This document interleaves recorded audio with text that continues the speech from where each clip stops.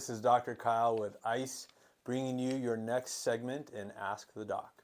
So we have a question from Johnny H. today. He asks, what is the relationship between the immune system and the spine or chiropractic, and what are the practical implications? This covers a great subject that I like talking a lot about in the clinic in general. One thing to appreciate is that chiropractors in general, we specialize in the segmental motion of the spine. So think there's essentially 24 bones here, and our specialty is to make sure that these guys are moving in cohesion together, even though they're shaped differently and they have different primary roles and functions. Our job is to make sure your spine is moving as one cohesive unit. So if you kind of keep that understanding in play in regards to our immune system, one of the things they think is most beneficial to getting chiropractic adjustments is how it regulates what's called our autonomic nervous system. You've heard me talk about this before. If you can simply think in terms of the autonomic nervous system branches essentially into two different segments, one known as our sympathetic and one known as our parasympathetic.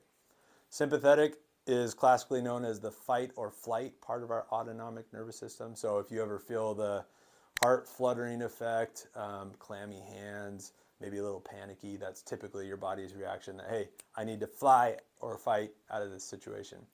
The parasympathetic is the rest or digest component of the autonomic nervous system. And those parts of our autonomic nervous system are primarily housed within our spine. As you can see over here in the chart, the green up here, this big guy that comes off your spinal cord, that is a major part of our parasympathetic nervous system that is linked through that's called our vagus nerve.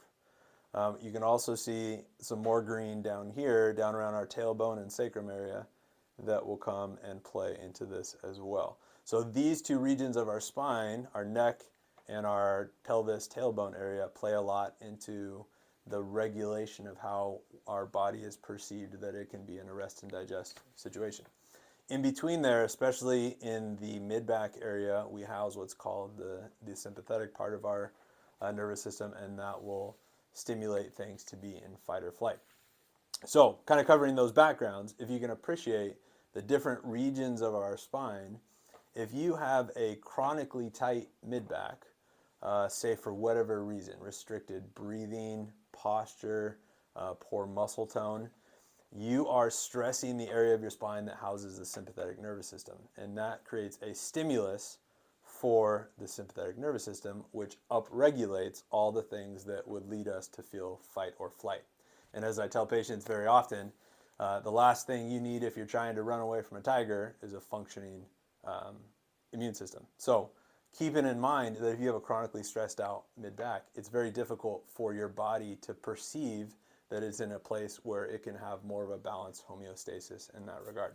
And very crucially as well, especially this upper neck region, where that vagus nerve kind of begins and branches off and goes and connects into all these organs. If you have a damaged cervical spine for whatever reason, posture, trauma, even you can argue dental issues, TMJ, those kind of things, it can really throw off the regulation of how well that vagus nerve is able to kick on when it's supposed to, when your body is in more of a relaxed environment, but it still can't figure out how to kick on those rest and digest procedures within the body. So going back to Johnny's original question, when you have a spine that's better functioning through the balance of those different regions, your body can just be in a more of a level homeostasis, and then things just function much better as they should.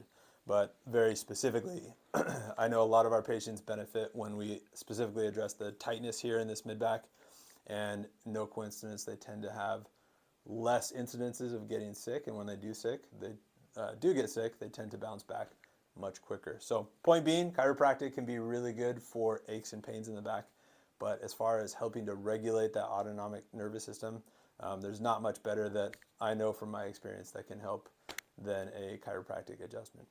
So for all of you watching out there, hopefully that helps you in these winter days.